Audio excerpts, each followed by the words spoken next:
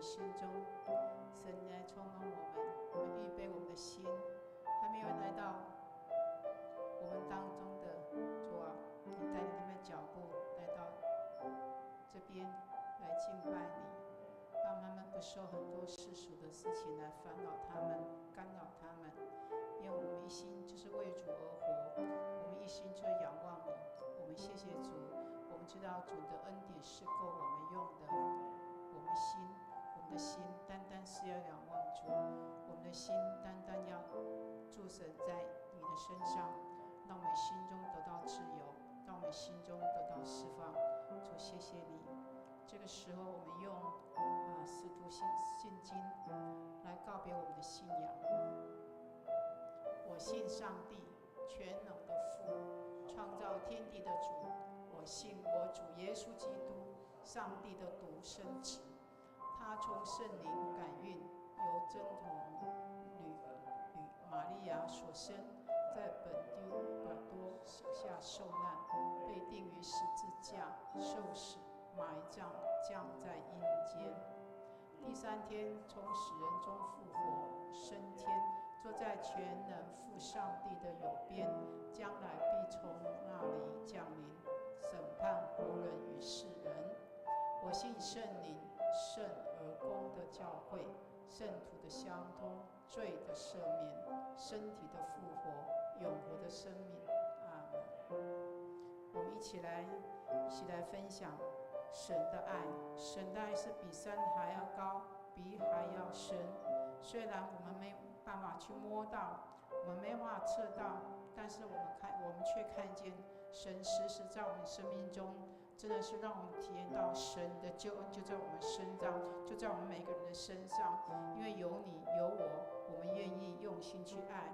我们希望我们的心中能够活出神你的样式来，主的样式来回应神。主，我们谢谢你，我们再一起来唱《活出爱》。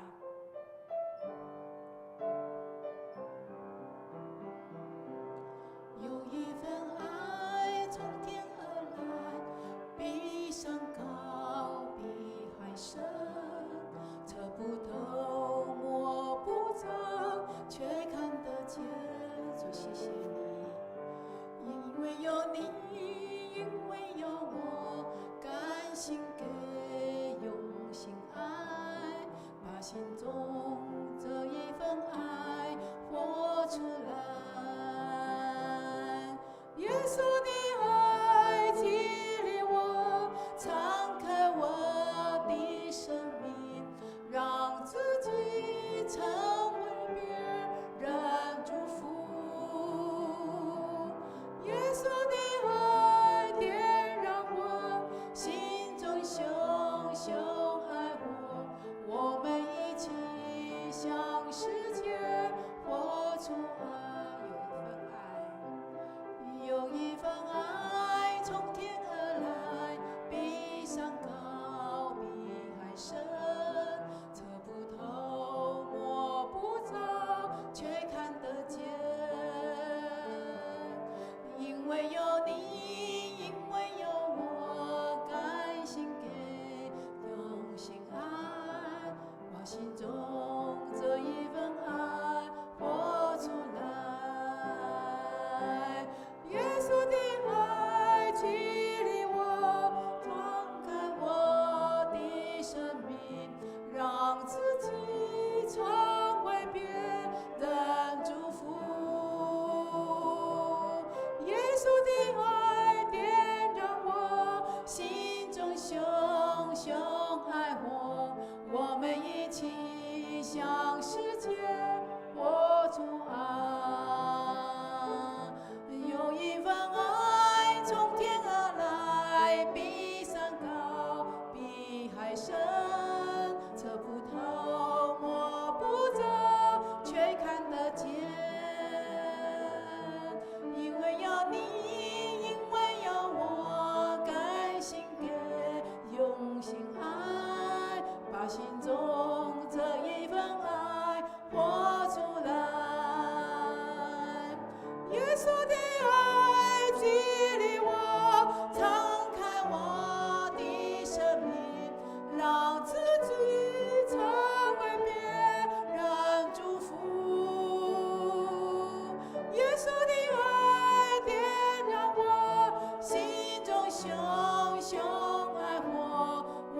一起向世界活出爱。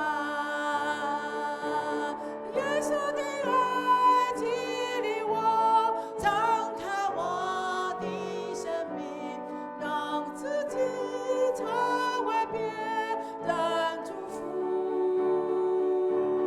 耶稣的爱点燃我心中熊熊爱火，我们一起向世界活出爱，我们一起向世界活出爱，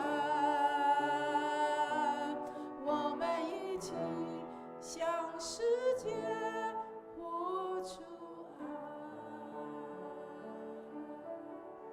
主啊，我们谢谢你，我们真的是更需要来亲近你，我们真的是更需要你来我们造清洁的心，让我们的心能够跟你相连紧紧的，让我们的心里是有正直的灵跟你更接近。主啊，是的，我们知道常常有做错事情，有迷失的时候，主啊，求你不要来丢弃我们，主啊，你不要因你的面来离开我们，主啊，我们愿意顺服在你面前，求你来帮助我们，用你的慈爱来擦拭我们的过犯，让我们真的是在你的救恩里面来体验神的大爱。我们谢谢你，我们谢谢你，我们一起来唱这一首《求主为我造清洁的心》。上帝啊，求你为我造清洁的心，使我里面永远有真挚的灵。上帝啊，求你为我造清洁的心，使我里面永远有真挚的灵。不要丢弃我，使我离开你的面。不要从我收回你的圣灵。求你使我认得救恩之乐，使我乐意的灵扶持我。上帝啊，求你为我造清洁的心，使我里面重新有真挚的灵。上帝啊，求你为我造清洁的心，使我里面重新有真挚的灵。不要丢弃我，使我离开你的面。不要由我收回你的圣灵。求你使我得救恩之乐，使我乐意的灵扶持我。不要丢弃我，使我离开你的灵。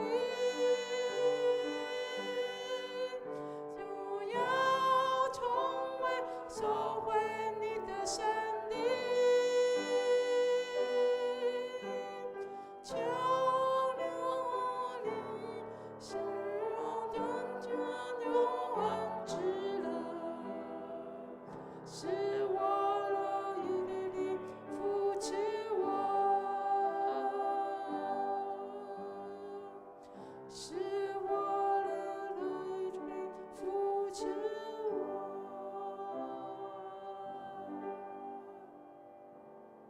主啊，我们谢谢你，主啊，我们真的时常要来赞美你。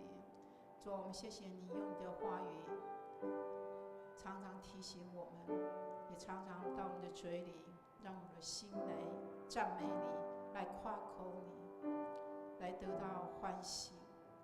因为我们知道，当我们求救你的时候，你就回应我们，你要引导我们离开这一切我们害怕的事情。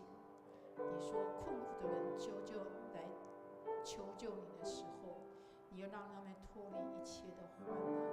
主，我们谢谢你，因你喜欢我们的是那种痛悔的心，你必不看轻。主，我们谢谢你。主啊，你看我们为宝贝。主啊，我们谢谢你，因为你的恩典是够我们用的。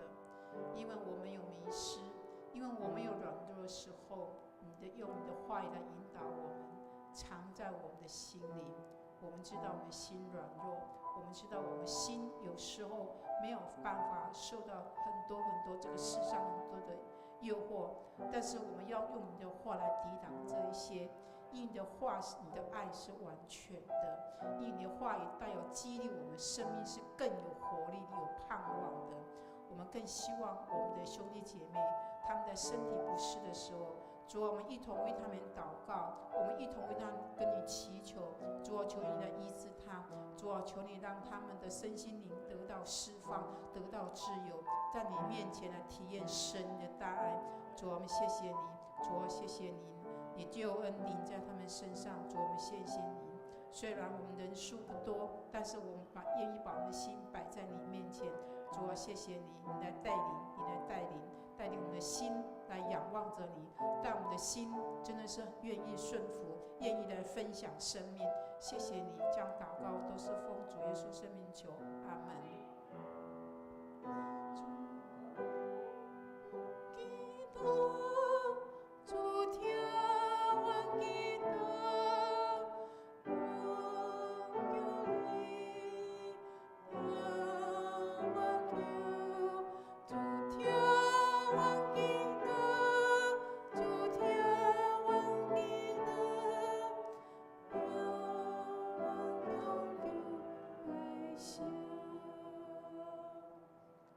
这个时候来奉献哈。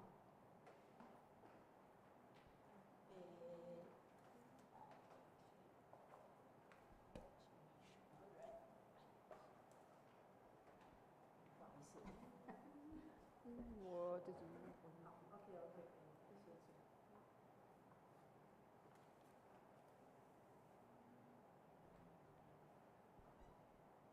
他唱奉献的歌嘛哈，陈旭，好，来，我们唱奉献的歌。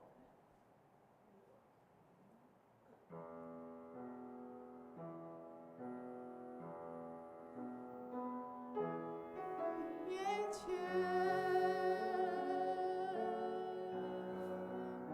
就请你呈现耶稣，我来到你面前。单单属于你，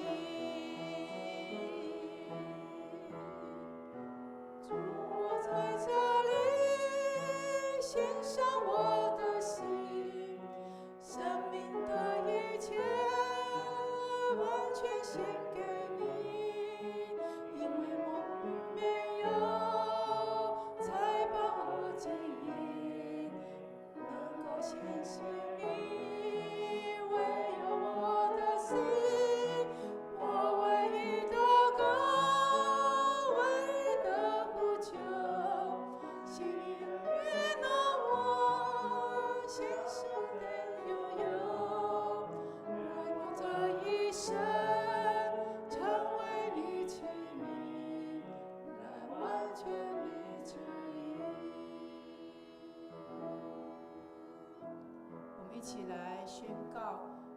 奉献祷告文，我相信凡事都是上帝所创造，他拥有赐与收回的权时，我愿意从你所得的恩典，用感恩以敬虔的心奉献在你面前。求主在我每次甘心乐意的奉献中，操练我更加顺服委身，分别我的生命。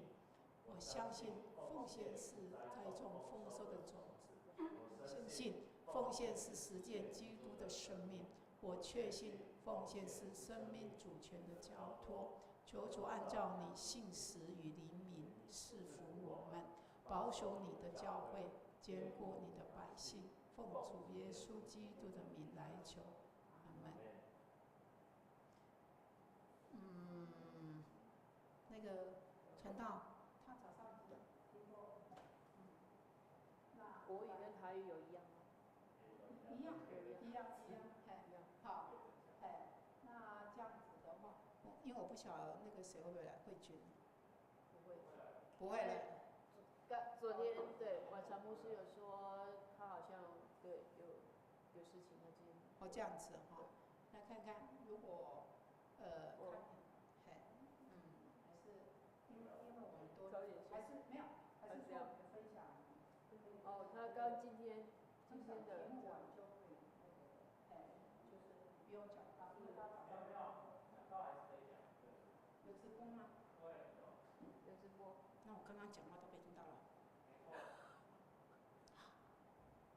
切割。那就时间交给你了。反正就这直播。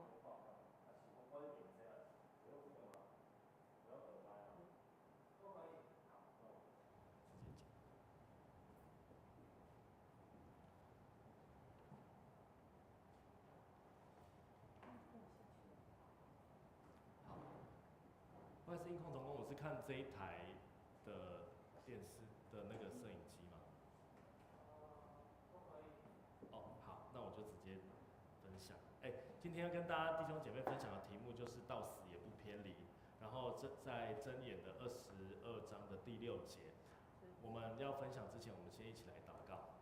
耶稣，谢谢你带领我们，让我们的生命真的是到老到死都不偏离，而且在生命当中的每一刻，主啊，求你每当我们偏离的时候，不管很大的偏离，还是只有小小的几步，主啊，都求你让我们的生命透过圣灵的提醒，能够回复到主你的道路，主你的爱中。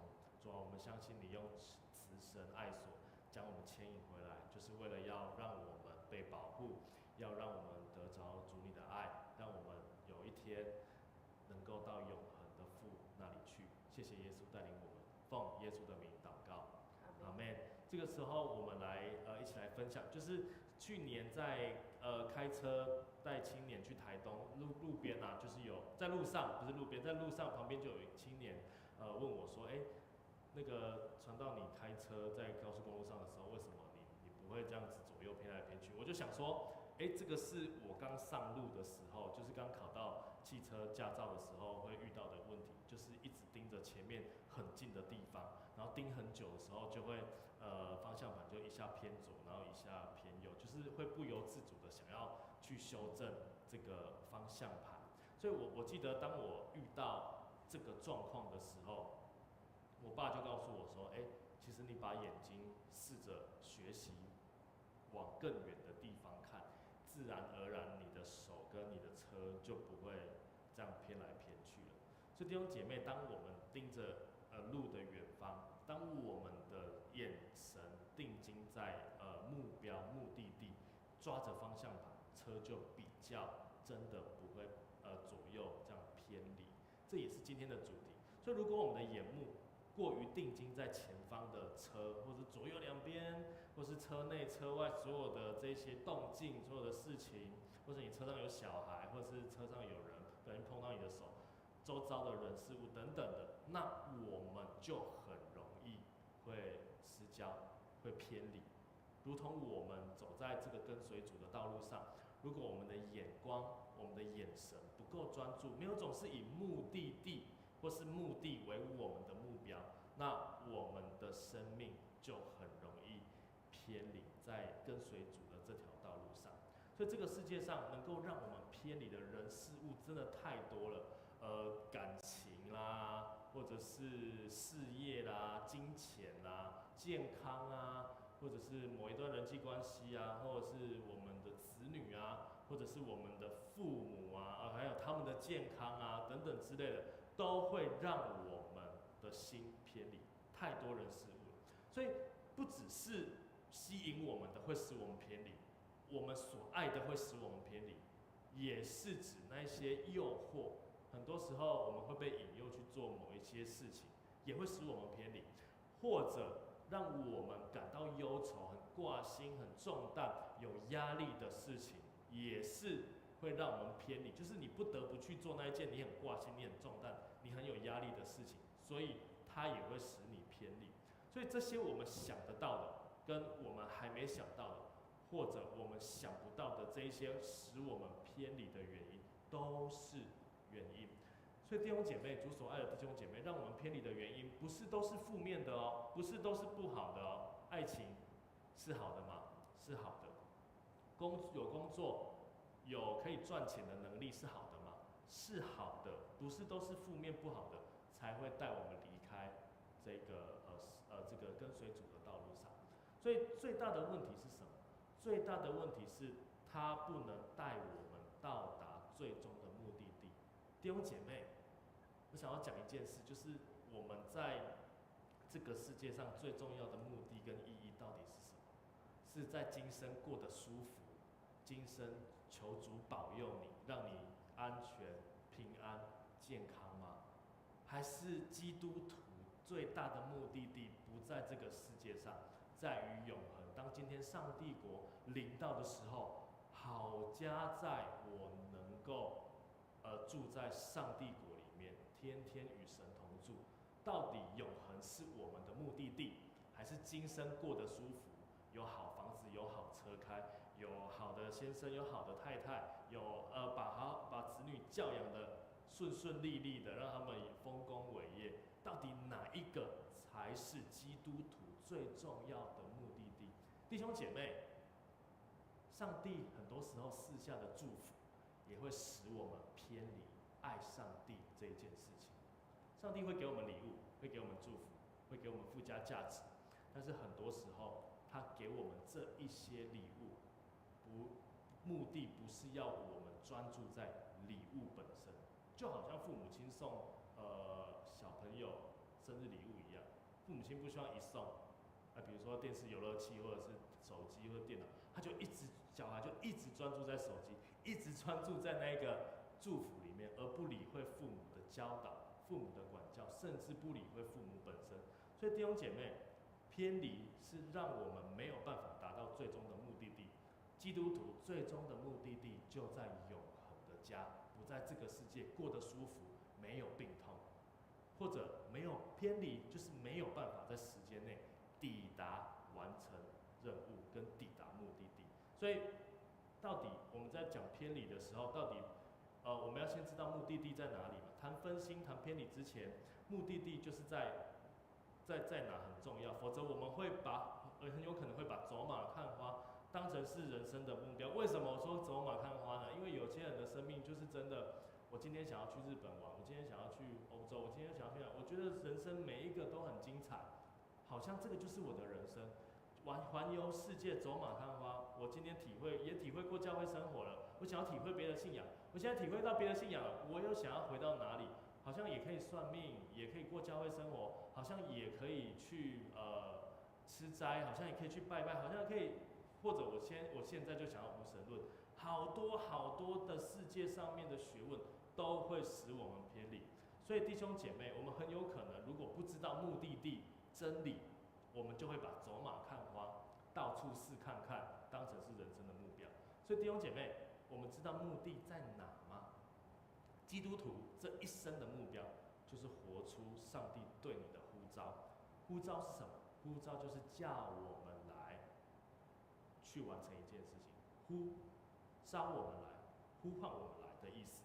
也可以是说计划，神对我们这一生的计划。而呼召的本质是什么？呼召的本质就是来完成神国的家事、大使命。我们有使命要完成，我们进入到这个神的国度里面，传福音，使人成为主的门徒。基督徒就如同这个我们所说的，不管上帝呼召你在哪一个职场，在哪一个校园，在哪一个家庭，有什么样的身份，我们就是要在这些身份跟这一些角色上面，我们要活出美善。进而能够带领人信耶稣，成为主的门徒，成为基督徒。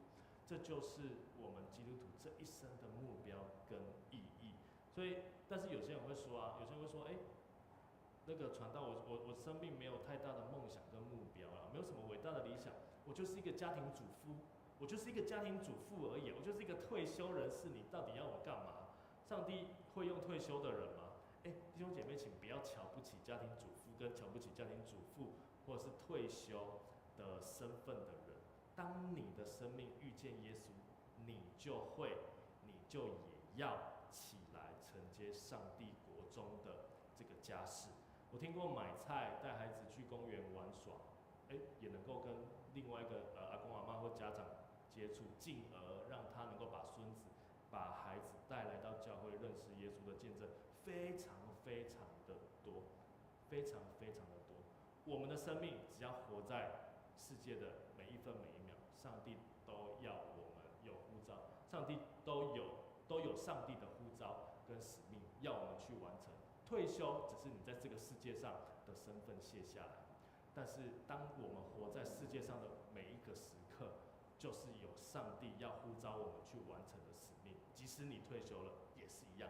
所以弟兄姐妹，上帝呼召我们每一个人来成为他的器皿，每一个人都能为主所用，很重要。所以要跟大家传递的是，第一个，上帝不是呼召我们来认识他，来相信他，不只是做礼拜而已。我们有大使命，有神国的家事要去完成，要去传福音，要去门徒万民。第二，我们在这个世界上的身份跟角色，永远都跟神对你的呼召跟计划有非常直接的关系。每一个身份角色都是。我在每一个身份角色，我是父亲，我是母亲，我在公司职场，我是一个我是一个这个工作者，或我是主管，或我是别人的下属，都有我要去实践、去完成的呼召跟计划，都有直接相关。因此，我们就不会生活跟信仰非常非常的二分。我们来教会做一个很乖乖顺服的基督徒，但是回到职场，我们完全就忘记我是神儿女的身份。我会欺骗，我会撒一点小小的谎，为了我有更大的职场利润。会不会？我们会不会这样子？或是我回到家，看到我的另一半，看到我的家人，看到我的父母亲，就开始很不耐烦，就开始不会用基督的爱去爱我的家人跟我的父母亲等等的。这就是信仰跟生活已经二分了。所以当我们来到教会一个样，回到职场、校园，其他的身份又是另外一个样，就是我们已经把生活跟信仰有二分化。接下来跟大家分享，什么正在使我们的生命偏离？回到刚刚的问题，是什么人事物正在使我们在跟随主的路上偏离呢？是哪一些美好的人事物呢？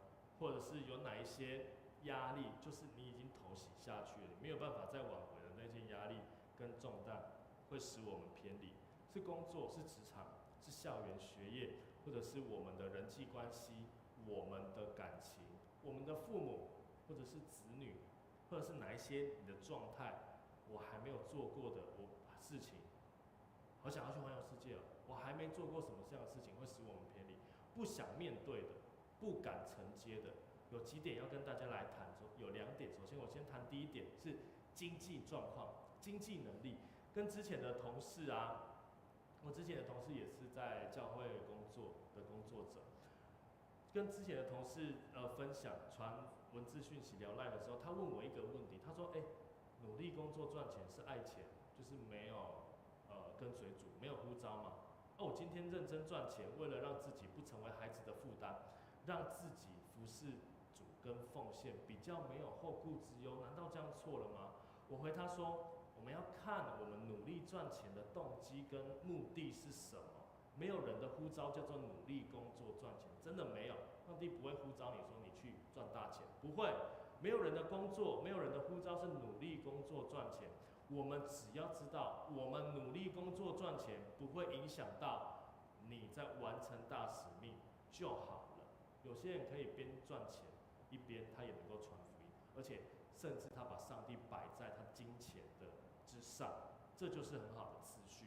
我们努力工作是为了让孩子或自己没有后顾之忧。这个东西呢是假议题、假命题，因为我们不会有钱了就足够了，就没有忧愁，就没有值得紧张，就没有其他紧张的人事物都有。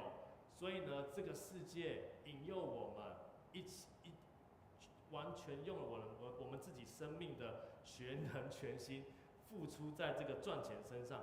弟兄姐妹，这是有点堪忧的一件事情，因为你不会因为你投入在赚到钱之后，你就不会有忧愁了。现在精神疾病的比例越来越多，而且年龄层越来越往下掉。如果在教会做牧养工作，你就可以察觉到这一点。而钱怎么赚都赚不够，关键在哪里？关键在你想要过什么样的生活，你跟你的家庭想要过什么样的生活而已嘛。其实钱都赚不够啊。他又问我第二个问题，就是一个人遇到经济困难，势必会为了生活先放掉服事，或降低，或者是减少在教会里面的参与或服事，闭眼不看财务问题，又很积极的服事，这样子不讨神喜悦的吧？怎么可能？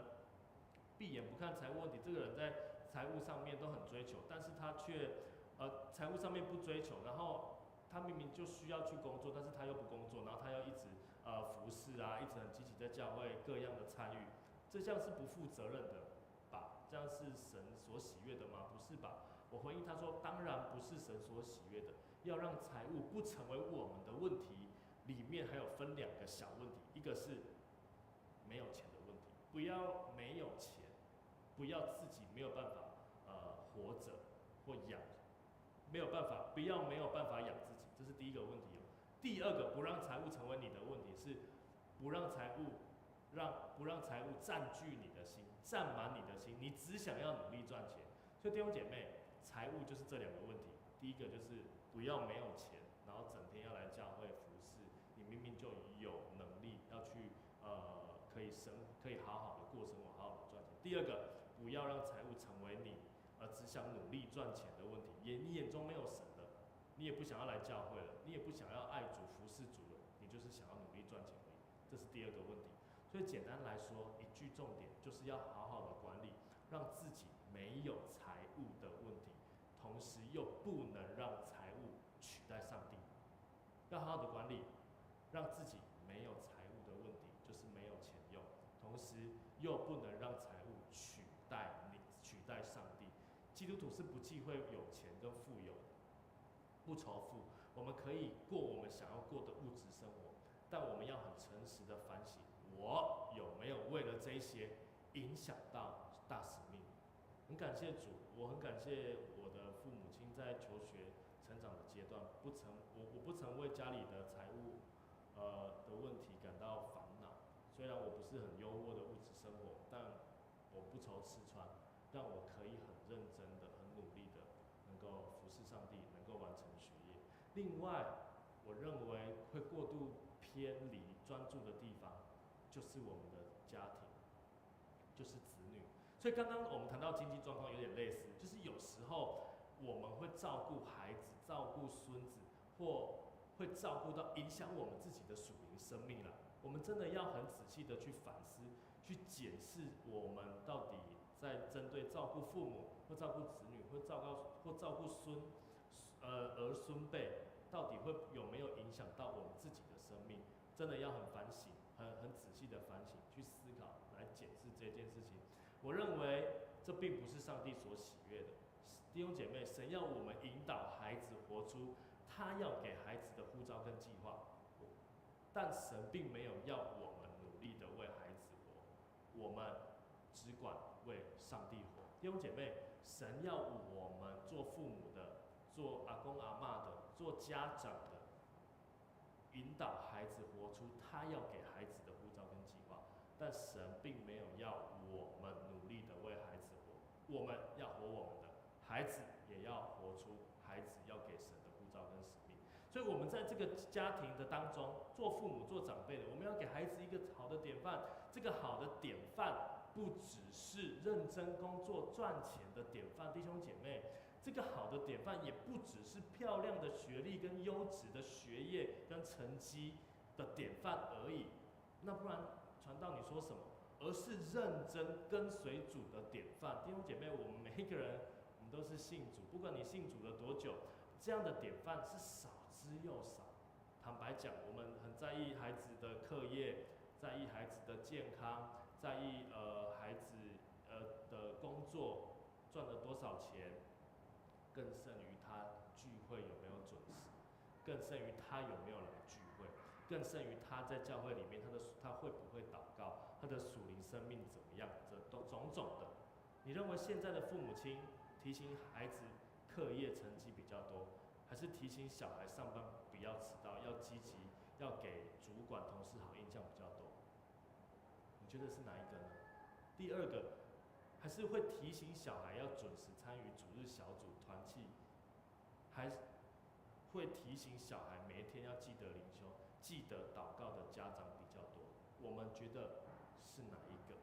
所以弟兄姐妹，很遗憾，这个世界就是这样悄悄地引导我们，也悄悄地引导基督徒要离开上帝所预备给我们的丰盛的生命，它渐渐地替换我们，渐渐很像温水煮青蛙一样。撒旦魔鬼仇敌很聪明，他就是知道下猛药没有用，所以呢，他要渐渐的让你能够会失衡。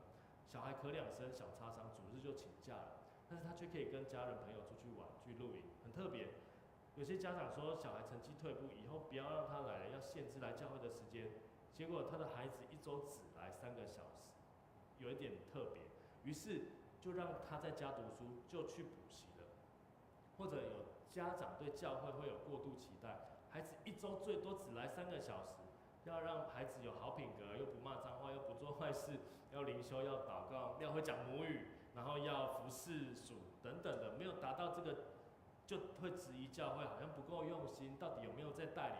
觉得孩子来教会没有用，没有意义，是不是都在玩？然后男生女生又没有界限，没有距离感等等的。结果我问孩子说：“那你的家人在教会、在家里面会祷告、会灵修、会看圣经吗？”他说：“没有啊，爸爸妈妈连我的家长、我的阿公阿妈连谢饭祷告都没有这个习惯在做。”所以弟兄姐妹，很遗憾的，一个儿童或青年一周只来教会3个小时，他跟他的父母、家人、跟同学、补习班、才艺班等等相处了其他165个小时。那这个儿童跟青年没有改变，到底是谁的责任？是教会吗？是家长吗？教会这一些组长、这一些同工是很努力在挤时间跟孩子有这个接触的时间，要把他们自己给孩子。所以我们好像陷入了一个要马儿好，又要马儿不吃草的这个矛盾的里面。而这一代的父母，我们的经济，这一代的父母的这个跟家长的这个核心价值，不像过去我父母亲那个年代，一直努力的拼经济，就是为战后婴儿潮，就是为了要让儿女有好的物质生活。不能说他们不在意，他们也拼，但是他们不想因为赚钱跟因为工作的时间而牺牲掉自己所爱的人事物。于是这一代的父母很重视跟孩子的关系哦，他们会愿意用周休2日去陪孩子去到哪个地方玩，去哪里住，去哪里有新的游乐园盖好了，哪个公园盖好了，或哪个百货公司盖好了，他们会带他们去，或者哪个露营营区听说很棒很好 ，IG 很多的介绍，他们很重视跟孩子的关系，对孩子的教养、孩子的成绩、孩子的健康，会很努力的陪伴孩子，很会经营跟孩子私底下1对1的亲密精心时刻。我们发现了吗？这个世界的重心好像从努力工作赚钱养家拼经济这一代，慢慢转移到了家庭关系。强调家庭关系，弟兄姐妹并没有错，强调家庭关系是非常正确的核心价值。但是如果它影响到你跟上帝的关系，使你偏离上帝对你的呼召跟计划，那弟兄姐妹，我们要很小心，因为我们可能正在偏离。如果我们没有意识，常常觉得无所谓，你讲你的，我就听我的，那这样属世的价值观就会一代接着一代，一代接着一代传承下去。我相信长老教会的牧者，我们都有一个很深刻的感受，就是我们的年轻人是一个断层，不管每间教会的年轻人都是整间教会的少数，儿童也是整间教会的少数。所以弟兄姐妹，这样的属世的价值观会影响一代一代一代又一代，真的求主怜悯我们。所以跟随主的父母，不偏离的父母跟家长，才带得出专心跟随不偏离的儿女。自己活出呼召跟计划的父母跟家长，才带得出活出呼召跟，还带得出活出呼召跟使命跟计划的孩子。我记得我们家是有3个小孩，我是最小的，我有2个姐姐。我们还是学生的时候，还没有步入职场的时候，甚至那个时候是我国小，我妈在跟我2个姐姐分享，她说我妈千交代万交代说，你千万不要找礼拜日、主日或者是主日要上班的工作，你要懂得分别为圣，在赚钱的，在要养家赚钱的这一段人生旅途，未来的这一段人生旅途，你要分别为圣，把6日分别给神。弟兄姐妹，我们偏离的时候，我们会有什么反应？等一下啦，是我小时候常被提醒的这个回嘴的这个口语反射。当我们偏离的时候，我们最常回应的是什么？给神的回应是什么？等我处理完了，等我忙完，等我长大，等我变优秀了，等我丰富了之后，等我赚够了，我再来亲近神、敬拜神、服侍神。弟兄姐妹，我们来看这个经文，路加福音9章57到62节。他说，他们走路的时候，有一个人对耶稣说：“你无论往哪里去，我要跟从你。”耶稣说：“湖里有洞，天空的飞鸟有窝，只是人子没有枕头的地方。”又对一个人说：“跟从我来。”那人说：“主，容我先回去埋葬我的父亲。”耶稣说：“任凭死人埋葬他们的死人，你只管去传扬神国的道。”又有一个人说：“主，我要跟从你，但容我先辞别我家里的人。”耶稣说：“手扶着犁向后看的，不配进上帝的国。”弟兄姐妹，等我预备好了资源、能力、人力、经济状况，孩子都能够自理、出社会了，有自己的生活了，有自己的家庭，我再来跟随主，我再来服侍主，跟现在跟随主跟现在服侍主的那个不同到底在哪里？就是无时无刻我都给神我自己认为最好的献上礼物给他就是了。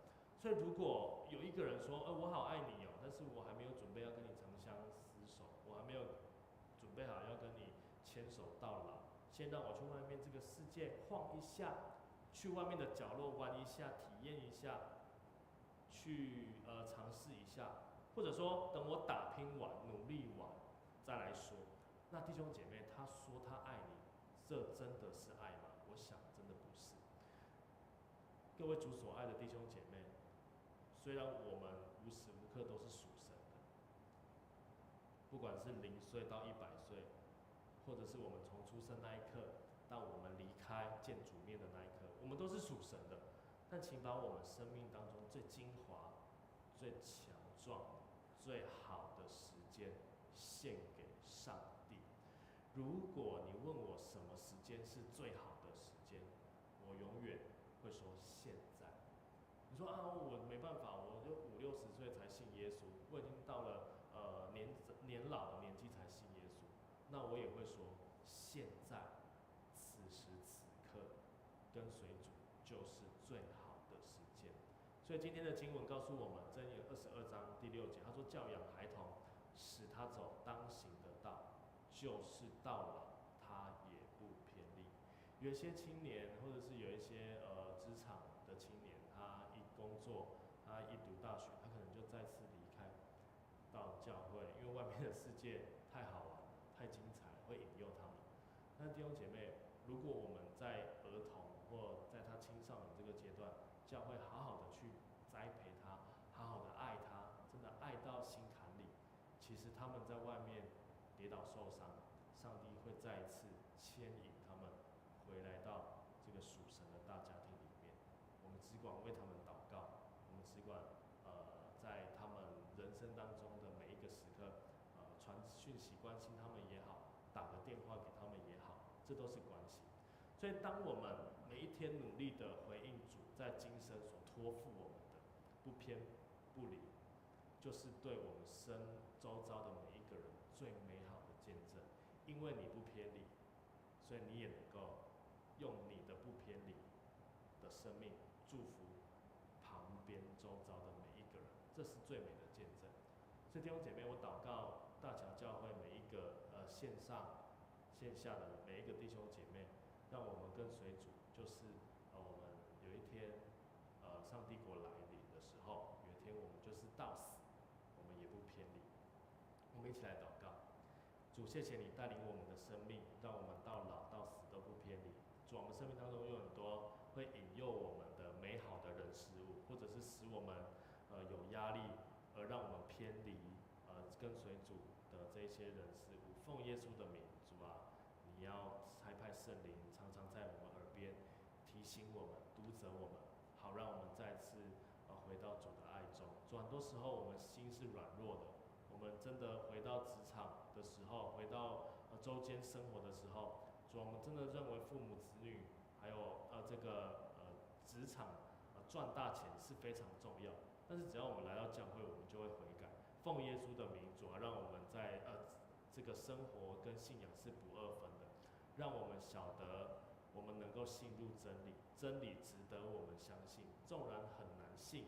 但是让我们每一个大桥教会的弟兄姐妹，让我们都有这样谦卑柔软的心，能够信入真理。很多时候我们觉得圣经里面所写的非常的理想，但求主帮助我们。如果我们觉得上天堂是理想，那我们也没有办法得着这样的理想。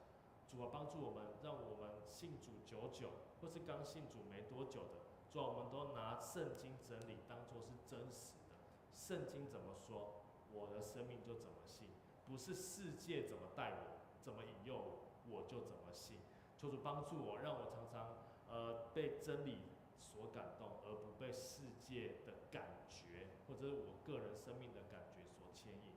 主啊，帮助我，让我看你的话的真实大过于我的感觉的真实。谢谢主，求你坚固大桥教会每一个弟兄姐妹的心，让我们都能够跟随主，直到世界的末了。奉耶稣的名祷